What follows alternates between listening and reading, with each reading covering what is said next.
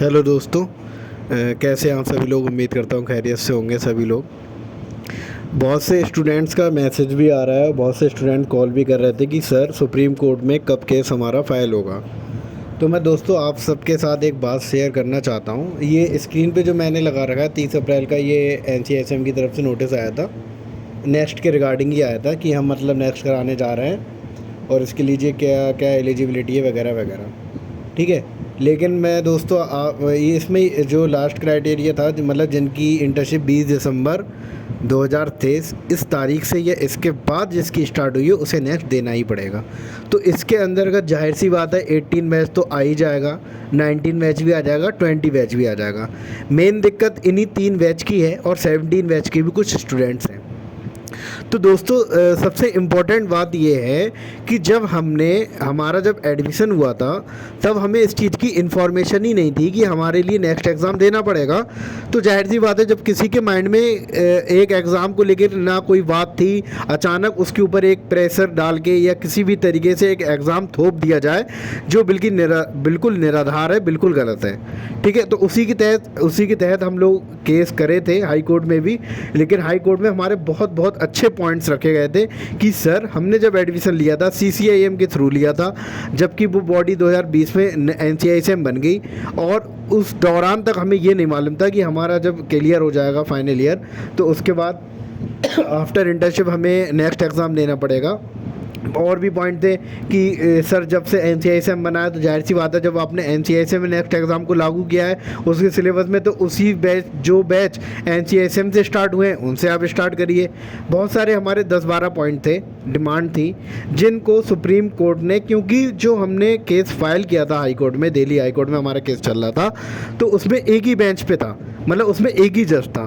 तो जाहिर सी बात है उसका एक ही माइंड रहा होगा। अब चाहे उन्होंने केस को, हमारे पॉइंट्स को कैसे भी लिया और हमारे सीनियर एडवोकेट जो मितु जैन रही उसने कैसे हमारे पॉइंट्स को उनके सामने रखा, कैसे आर्ग्यूमेंट हुआ, ये सब के बारे में भी हम वीडियो बनाई थी। लेकिन उनके बीच की इंटरनल क्या उनकी सोच रही वो तो हम नहीं जान सकते। तो उन्होंने किस बुनियाद पे फैसला दे दिया जो कि हमारे पॉइंट्स को भी उन्होंने सबको निराधार मान दिया और केस को डिसमिस कर दिया। लेकिन दोस्तों हम अभी नहीं रुकेंगे, जब तक हम जीतेंगे नहीं तब तक हम रुकेंगे नहीं। दोस्तों ये बात अपने मन में आप बिठा लो। ठीक है। परेशान होने वाली बिल्कुल बात नहीं है, क्योंकि हमारे अभी भी स्टूडेंट्स जो हैं, टीम जो है लगी हुई है, सभी स्टूडेंट्स आगे बढ़ चढ़कर लगे हुए हैं कि केस दोबारा फाइल किया जाए और किस तरीके से फाइल किया जाए कि इस बार हमारे जो पॉइंट्स रहें और भी मजबूत रहें और हमारा केस भी और मजबूत रहे। तो दोस्तों सबसे पहली बात जो आती है वो यूनिटी की आती है कि आप सब लोग यूनिटी बनाए रखें आपस में और होपलेस बिल्कुल भी ना हो। ठीक है। क्योंकि जब तक लड़ाई नहीं जीती जा सकती जब तक कॉन्फिडेंस लबालब नहीं होगा, मतलब भरपूर नहीं होगा। तो सब आप लोग यूनिटी बना के रखें। और जैसे ही देखो अब बात कर लेते हैं केस की। तो केस को क्योंकि हर काम जो होता है ना एक लेवल बाय लेवल होता है। जैसे पहले हाई कोर्ट में अपन लोग गए, हाई कोर्ट में एक जज के सामने हमारा केस चल रहा था। अब उसका दूसरा लेवल होता है, आप डायरेक्ट सुप्रीम कोर्ट में नहीं जा सकते। अब आप सुप्रीम कोर्ट चले जाएंगे तो सुप्रीम कोर्ट फिर कह देगा कि भाई जाए हाई कोर्ट में जाओ, 2 बेंच वाले के केस के पास जाओ।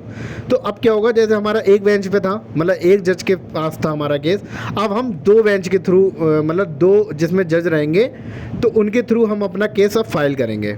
ठीक है। और इसमें अब पॉइंट दोबारा तरीके से अपील करेंगे तो अच्छे पॉइंट और कर लेंगे, जो हमें लग रहा था कि थोड़े हमारे वीक पॉइंट हैं उनको भी और मजबूत कर लिया जाएगा। और दोस्तों जो हमारे आगे फ्रंट पे जो स्टूडेंट्स लगे हुए हैं वो अभी एडवोकेट से, सीनियर एडवोकेट से मुलाकात कर रहे हैं और बेहतर चुनाव करेंगे। एक एडवोकेट का बेहतर चयन ज़रूरी है ताकि हमारा केस अच्छे से लड़ा जा सके। क्योंकि अब स्टेप बाय स्टेप काम होता है। पहले एक जज के सामने हो गया, उसने डिसमिस कर दिया जो भी रहा। अब डबल बेंच के सामने केस को अपील किया जाएगा ताकि 2 जज हमारे केस को जानेंगे और उनके, हमारे जो एडवोकेट रहेंगे उनकी भी आर्गूमेंट रहेगा। तो जाहिर सी बात है जब 2 जज रहेंगे तो उन दोनों का माइंड अलग अलग रहेगा। तो एक मतलब ऐसा तो नहीं है सब एक जैसा सोचते हैं, सबकी थिंकिंग अलग होती है, सबका नज़रिया अलग अलग होता है। तो क्या पता हमारा केस उसमें जीत जाए। हम लोग यहीं पे उम्मीद की जा सकती है कि हम केस जीत सकते हैं। ठीक है। तो दोस्तों हम स्टूडेंट्स लोग जो हैं, जो फ्रंट पे हैं, वो लोग जो सीनियर एडवोकेट हैं उनका चयन करने के लिए भागदौड़ कर रहे हैं, जैसा कि आपको थोड़ा बहुत अपडेट मिल ही रहा होगा। ठीक है। तो वो लोग जैसे सलमान खुर्शीद सर जो है सीनियर एडवोकेट हैं सुप्रीम कोर्ट के, उनसे भी मुलाकात हुई थी। एक एडवोकेट और हैं जो कि खासकर होम्योपैथिक के जितने भी केस होते हैं या एजुकेशन से रिलेटेड उनको देखते हैं, तो उनसे भी बात हुई थी। ठीक है। तो अब ये है वो केस को पढ़ेंगे पूरा, तो संडे को फाइनलाइज हो जाएगा कि वो केस की क्या फ़ीस लेंगे और किस किस लेवल पे। जैसे दो हेयरिंग तो इसी अपनी एक फ़ीस में बता देंगे। उसके बाद अगर फर्दर हेयरिंग होती है तो उसका अलग चार्ज आएगा। आफ्टर डैट अगर केस को सुप्रीम कोर्ट जाता है तब उसकी अलग फ़ीस होगी। तो दोस्तों ये मान के चलिए कि केस तो फाइल होगा, पहले डबल बेंच के थ्रू जाएंगे हम लोग। अगर यहाँ पे ही फाइनल हो जाता है, अगर हम यहाँ पे ही जीत जाते हैं तो हमें सुप्रीम कोर्ट आगे स्टेप नहीं बढ़ने की जरूरत पड़ेगी।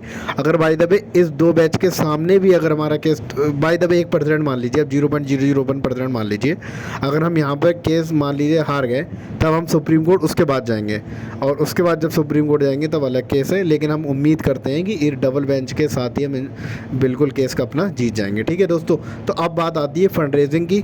आप अपने अपने कॉलेज लेवल पे जो भी CR हो क्लास का, या जिस कॉलेज में जो जो बैच के बच्चे हैं, ख़ास तौर पे 19, 20, 18, अपने अपने बजट का बनाना स्टार्ट कर लीजिए। और जो भी व्हाट्सएप ग्रुप से आप जुड़े हुए हैं, जहाँ पे भी जो मेन लोग हैं जो एडवोकेट से मुलाकात कर रहे हैं, उनसे आप कांटेक्ट करिए और उनको अपना पैसा बाकायदा लिस्ट्स बना के किस किस स्टूडेंट ने कितना कितना पैसा दिया है बाकायदा ग्रांड टोटल करके आप उनको स्क्रीनशॉट भेजिए, और अपना पैसा जो भी है ऑनलाइन माध्यम से या जैसे भी आप पे करना चाहते हैं उनको करिए, ताकि फ़ंड एक जगह कलेक्ट हो सके, ताकि उसके बाद एडवोकेट की फ़ीस को जो है दिया जा सके और हमारा केस दोबारा से अपील हो और चले। ठीक है दोस्तों, आप परेशान बिल्कुल मत हो, केस लड़ते रहेंगे, जब तक जीतेंगे नहीं तब तक केस लड़ेंगे। ओके दोस्तों, ठीक है। और कोई अपडेट होती है तो मैं आपको अपडेट करूँगा। ठीक है, थैंक यू सो मच।